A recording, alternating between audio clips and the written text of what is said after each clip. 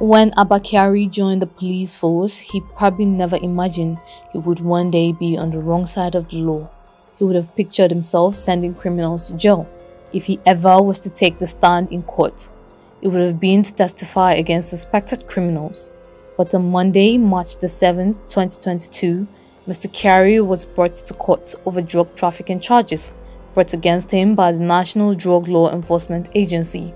The setting for his arraignment was here, the Federal High Court in Abuja.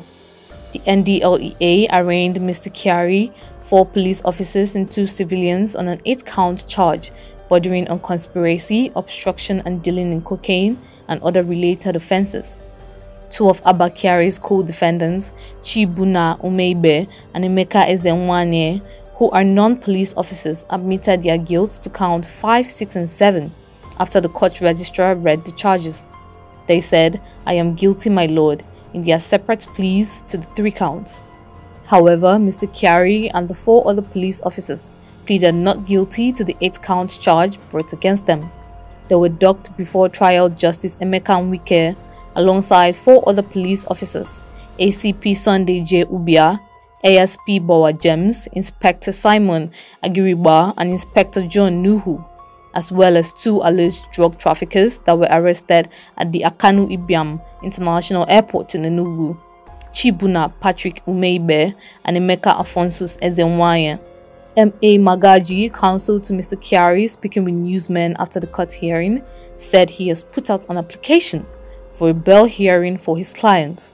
This stage, the trial have just, at the preliminary stage of the trial, and the concern of the legal team, is the freedom of our client.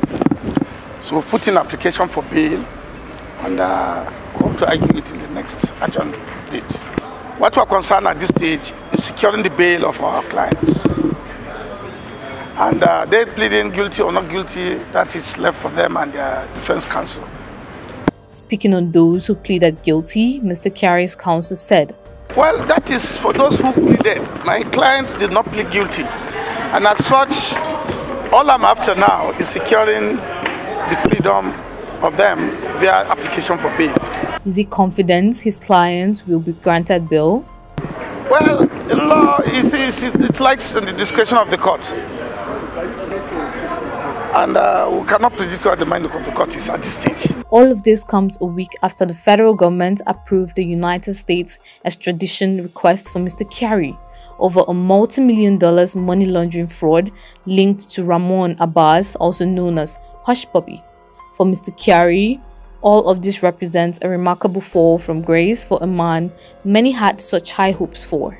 In the meantime, the court has ordered the suspects to be remanded in the custody of the NDLEA till the 14th of March 2022, when the application for their bail would be heard.